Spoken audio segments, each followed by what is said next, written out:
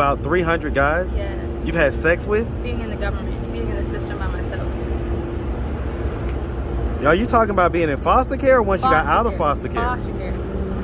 So who was having sex with you when you was in foster care? Why? What happened at 13 to where you had to stop living with mom? I guess like my brother. My brother took me, so they took me out the house, so I couldn't stay with my mom and my brother. Was this your older brother? Yeah. She took me in, and then the lady was wondering why I couldn't stay with my brother, and she wanted to ask my mom what was going on, and she took the gun out and was like, you know, trying to get me to tell her. She took the gun out? She took a gun out. Her name was Winky. And she wanted to she's like, I don't want you lying on my son. So I'm gonna ask you a tough question, right? If years down the line, your child comes to you and they say, Mommy, was the crack more important than me? What's gonna be your response? What's up, YouTube? Man, it looks like things are heating up for summer 23. So stay tapped in. Now back to the content. What's up, YouTube? Atlanta Street Interviews out here with another one. So we got a young lady with us today. How you doing today, miss? Hello. All right, all right. So are you homeless? Yeah. Okay, and so how old are you? 27. 27. And so how long have you been homeless? About a couple months. You say a couple months? Yeah. And so what was it that happened a couple months ago that caused you to become homeless? Well, I got into drugs. I was 20. I was like bored. I didn't have nothing to do, but then I ended up getting pregnant, and I had my daughter. It was like 3 months. Okay, well, definitely congrats on having. Is that your first? Yes. Okay, so that's your first and only child. Yes. Okay, what drugs are we talking about?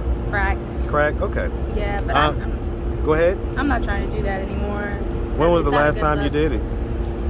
Just be honest, right? Not too long ago. So like today sometime? Probably, yeah. Okay, I get it. Okay, and so so you have one child. Was that with someone that you was like in a relationship with, or? I don't really know who the baby daddy is. Oh, so this was just because you was out here kind of, I guess, you know, making money, selling yourself, I guess? Yeah. Okay, I get it. All right, and so it sounds like we started smoking crack at least about a year ago. Was it longer than that? It's been a year. Been a year? Yeah. Okay. Have we ever been married, by the way? Married? Yeah, have you ever been married? No. No, okay. All right, so what was it, what was it that happened a year ago or so that made you decide to start smoking crack? I was bored. There was nothing to do until I got a wake-up call that I was pregnant, and I had to start changing the rules a bit about doing drugs, and it had to change a big holds. And like, oh wow, you're naturally on a high in life, like trying everything on the go, and then something just comes into your world, in your tummy, and says, hey, you can't do that no more. Well, so here's the thing, right? Here's the thing. So I'm asking what happened prior to that. So what happened before you was selling yourself and everything else? Because did you start selling yourself because you was smoking crack, right? I wasn't really selling myself. It was more so they said you suck their dick in order to get dope. Okay, so this was the guys this was your plug. This was the guys that was dealing the crack, right? Mm-hmm. Okay, and so basically they made you have sex for the drugs? Basically the crack makes you use the restroom. So it was a sexual drug, yeah. You said it makes you use the restroom? Yeah, it makes you have to use shit. So that's why there's a lot of shit everywhere when you were walking on the streets. It makes you have to shit? Yeah, so I realized that it was sexual drugs. It deals with your organs, your sexual organs, your sexual organs. Okay, all right. So, okay, so let's just start from the beginning. So, where are you from? San Francisco. You from San Fran? Yeah. Hey, man, shout out that big San Fran, man. Shout out that whole Northern Cali, man, all day long. Hey, man, shout out the whole state of California. Yes, sir. Yes, sir. All right, so growing up in San Fran, did you have both mom and dad in the household? I had my mom, mainly her first. My dad, I met him once. Okay, so he wasn't really active and present in your life? Mm-mm. How old were you when you met him?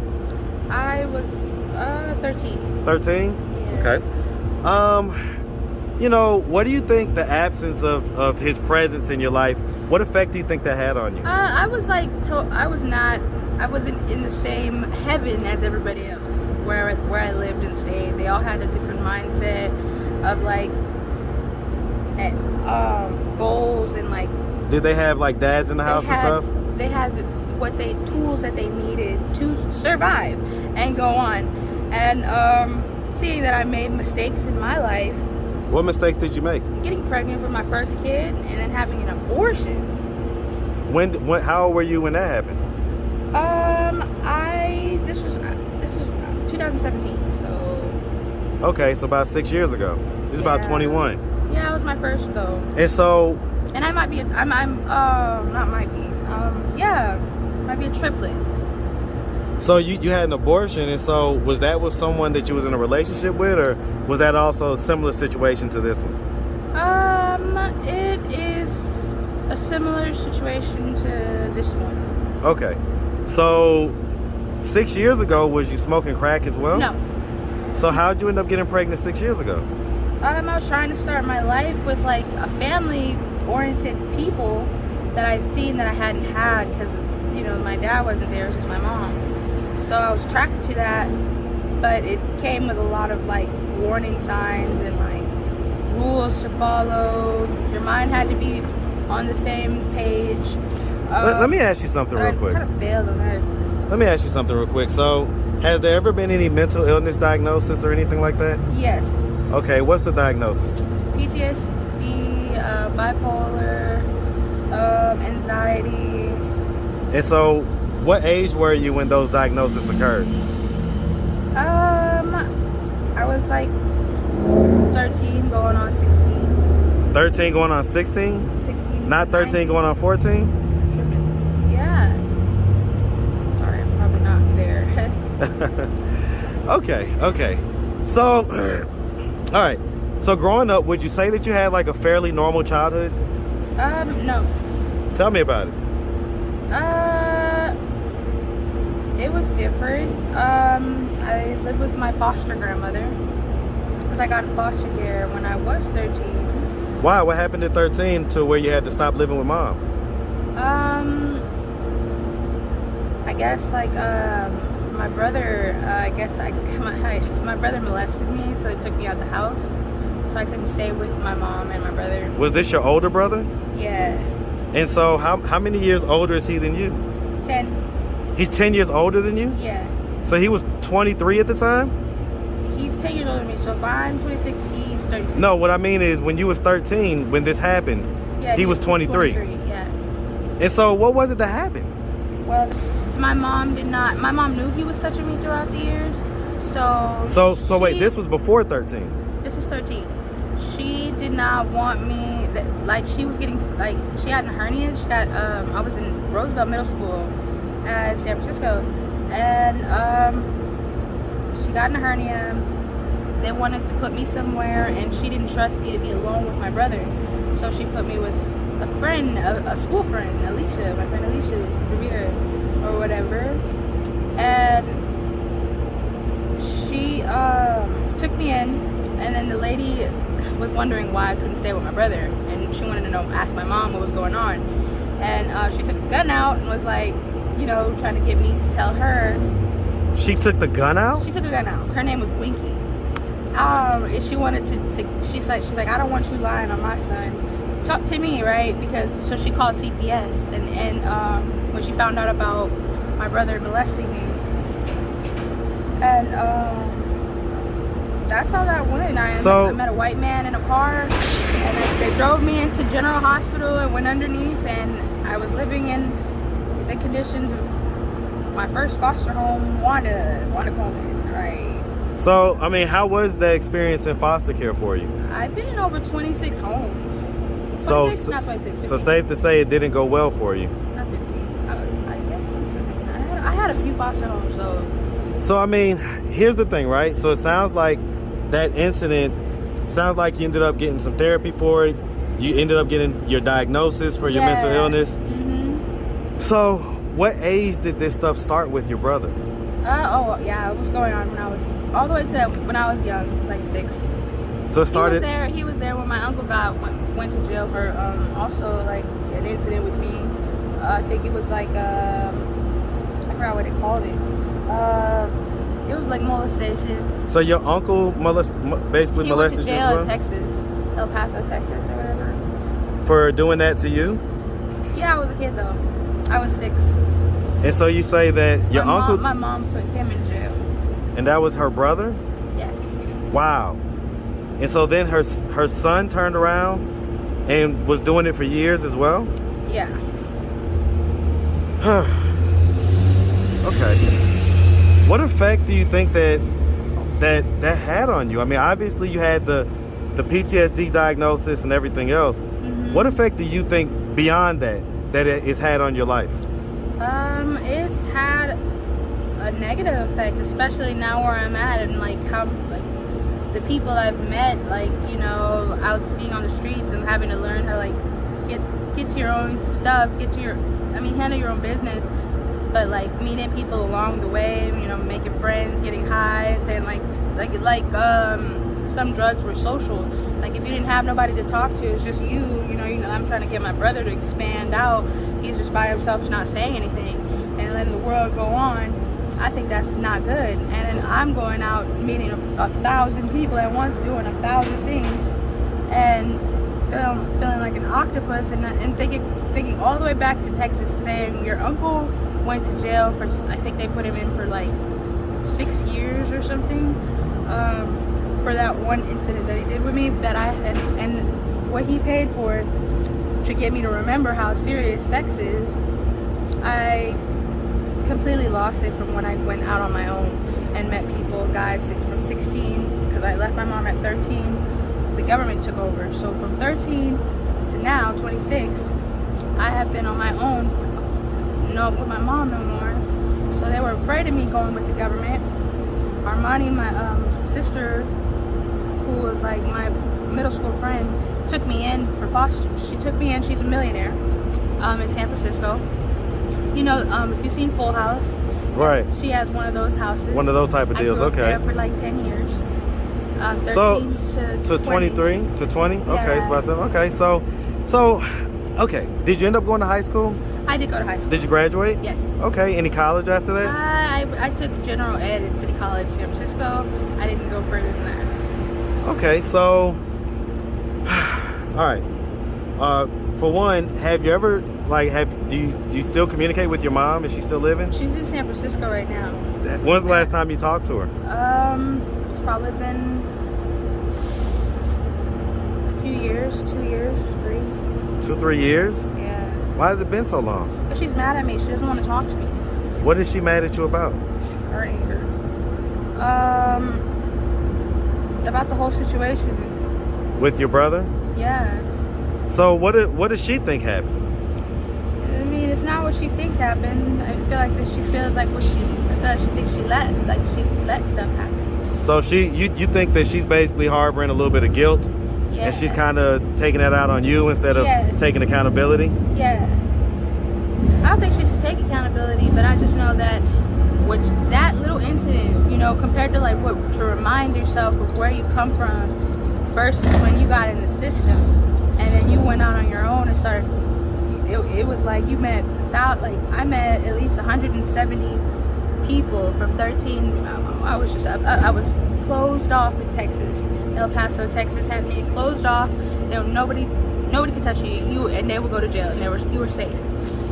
Here, when I went from 13 years old to 26, I've been with like more than 100 and something, or 200. 300. You say 100 something 300 what? guys. You've had sex with more than 300 guys? Yeah. Not more than, but about 300. About 300 guys? Yeah. You've had sex with? Being in the government, being in the system by myself. Are you talking about being in foster care or once you got out of foster care? Foster care. So who was having sex with you when you was in foster care? Man, that's where I'm confused and I'm lost and I'm on the streets and I'm trying to, you know, deal and cope with this new, you know, their technology, government shit. It's like it's a whole different view. It's a whole different life. It's like I'm not trying to let go of my mom's, you know, rules, her set of rules, and you know how to be a woman and a lady. But her 10 years went from, yeah, it was a strong 10 years, but the government came in and tried to give me a load of, oh, that's wrong, you know, trying to, you know, not really accepting my mom's way of teaching. So okay, let me put a pause real quick. Have you spoken with your brother since that incident He's ever? in San Francisco by himself, and he does not branch out. I'm worried about him. I'm like, Well, when was the last time you spoke with him? I haven't spoke to him in the same amount of time as my mom. Is he also mad at you about that? Yeah, they both walk away from me. How does that make you feel? It makes me feel horrible.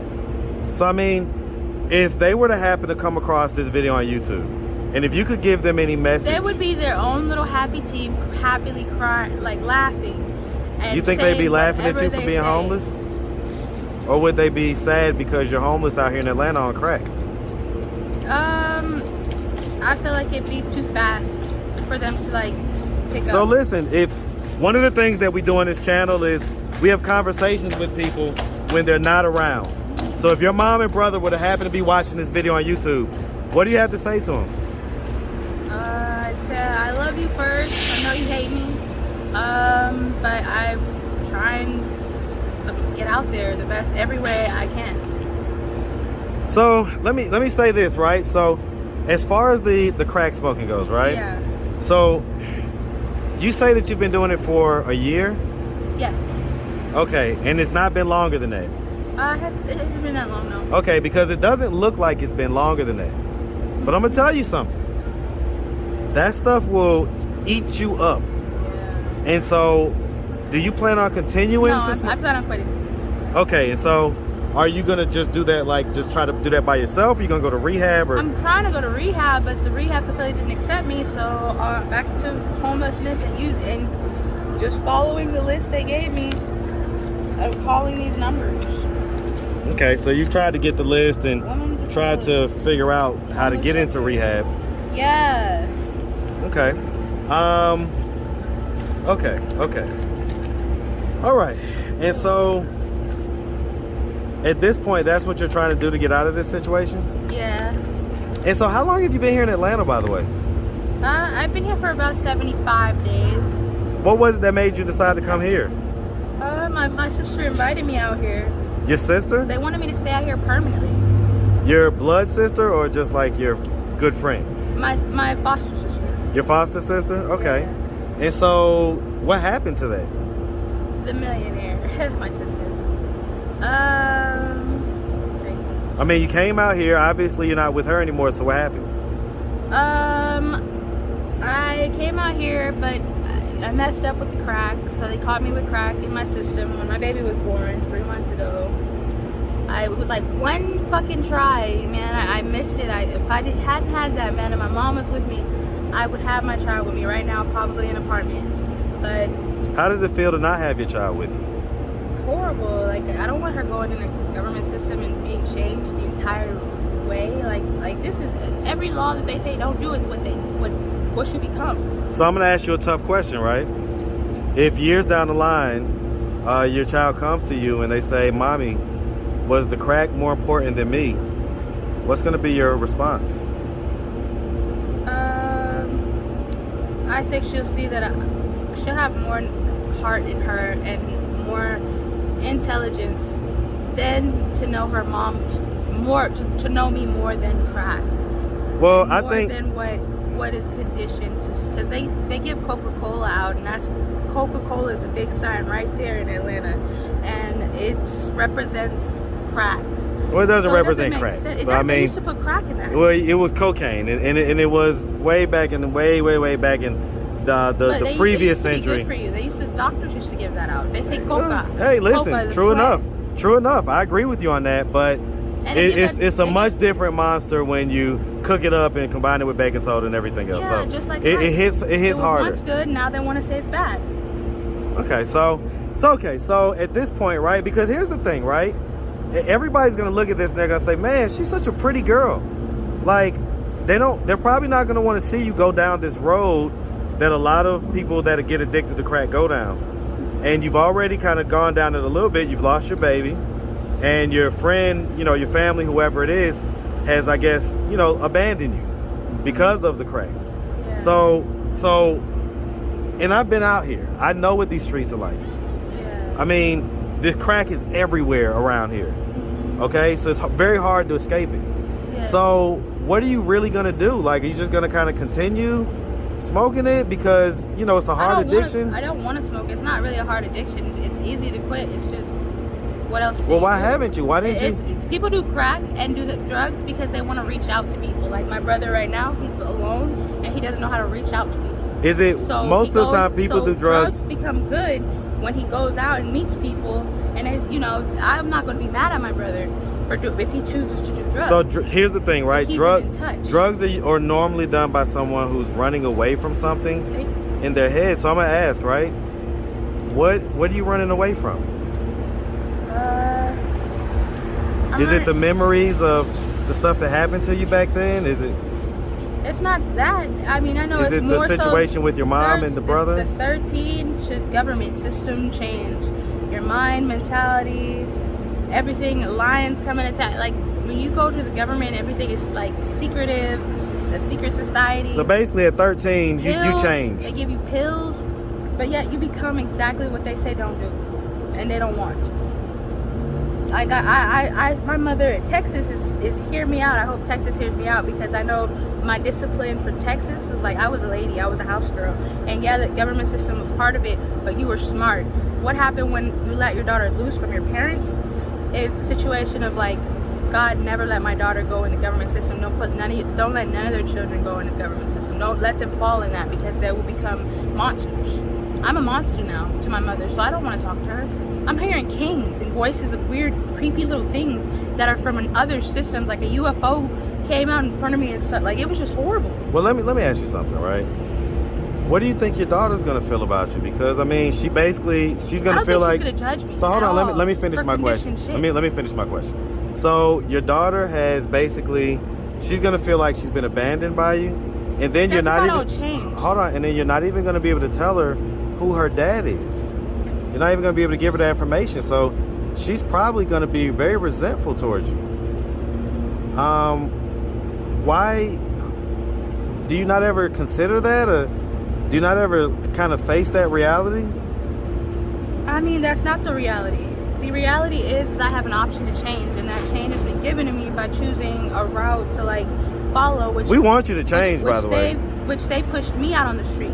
I can't just get a house right now if I wanted to. They have waiting lists. They gave me this list twice already, and I'm forced to be on the street.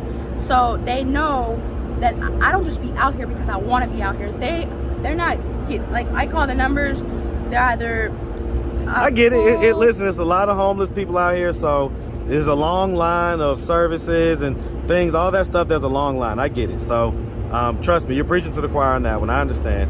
All right, so at this point, if anybody out there wanted to reach out, help, or donate, do you have a way that they could do that? Do you have social media, Cash App, anything like that? I only got my sister, but hers is private. She has my daughter, and she also has her own daughter, and she doesn't want me giving her address out. Well, right, we don't want her address, so you don't have any Cash App or anything like that? No. Do you have Instagram or Facebook? I do have Instagram. What's your IG? My Instagram is Yaya Agita. How you spell that? Yaya, YAHYAH _ AGETTA. Yaya Agita. Okay, all right. Any Facebook or anything? Yeah, it's just Mariah Martinez. Mariah Martinez? Yeah. All right. Well, listen, we really appreciate you taking the time answering all of our questions, and we definitely wish you nothing but the best out here. Okay? You too, yeah. You make sure you have a good one, sweetie. Okay. All right. God bless.